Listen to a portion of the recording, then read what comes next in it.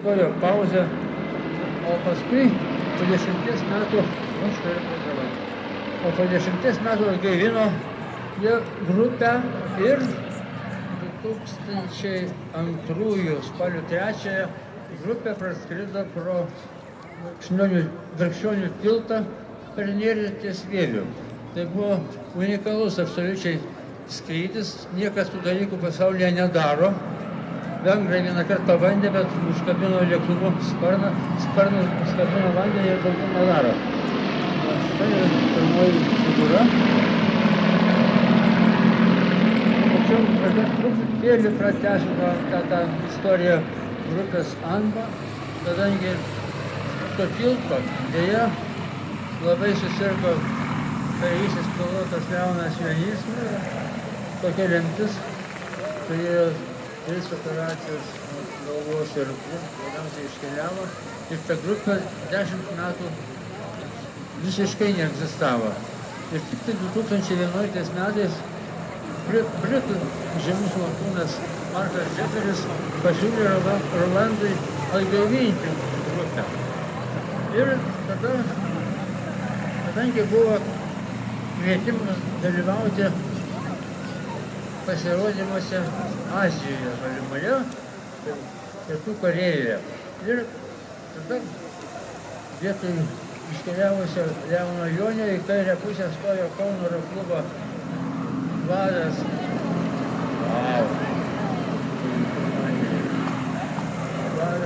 Algimantas Žentelis. Jie daug treniravosi, nes pradėjo reikėsus.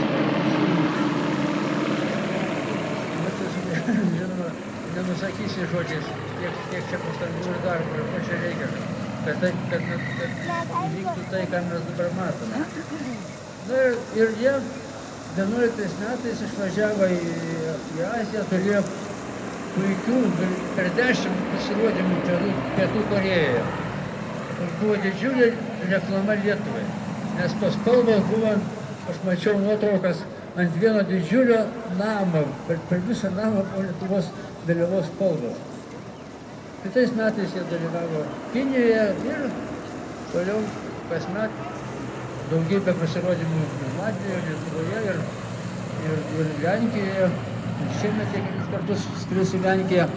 Ir čia prasidėjo tiltų epopėjoje, tai Druskininkuose, Alytuje, Kaune, skrydžiai po tiltu, Druskininkuose vieną skridimą po tiltu jie užbaigė baigdami Mirties kilpą. Jie iš kilpos išėjo po tiltu. Tai yra absoliučiai unikalūs dalykai. O čia įspūdžiai, jų čia nei nupaišysi, nei kitaip pavaizduosi, čia reikia tiesiog gerėtis to, ką mes matome. Dažnai, kad ilgai nešnekėtume, tai lakūnų skrydį lydi muzika. Ir jau ten 14 metų anksčiau buvau parinkęs tokią melodiją, kurią aš noriu priminti dabar. Čia bus 3 minutės labai gražios, mano supratimo, Mozarto muzikos.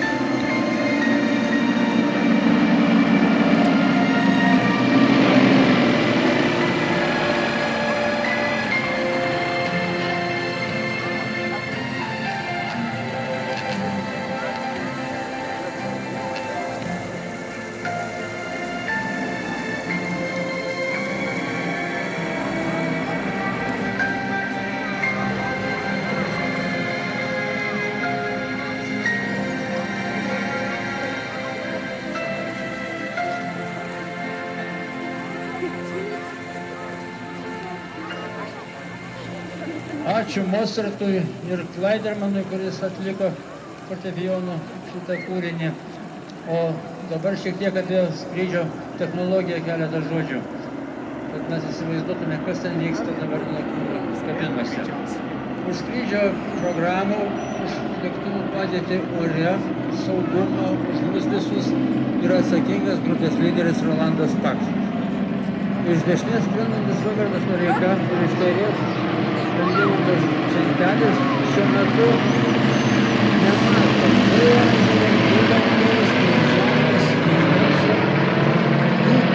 Akis yra tiesiog prikaltas prie Rolando Pakso sparno galo. Vienas iš dešinės, kitas iš kairės. Ir tik tai akimis atrodytų, o ne vairais, jie išlaiko tą minimalų, tarkime, saugą atstumą 3 metrų nuo lyderio lėktuvo. Taigi, mums belieka tik tai gerėtis. Nes šiaip jau iš tikrųjų pasaulyje nelabai kas daro. Dabar išsiskleidė jie žemyn, tokia figūra vadinama. Na, lakūnai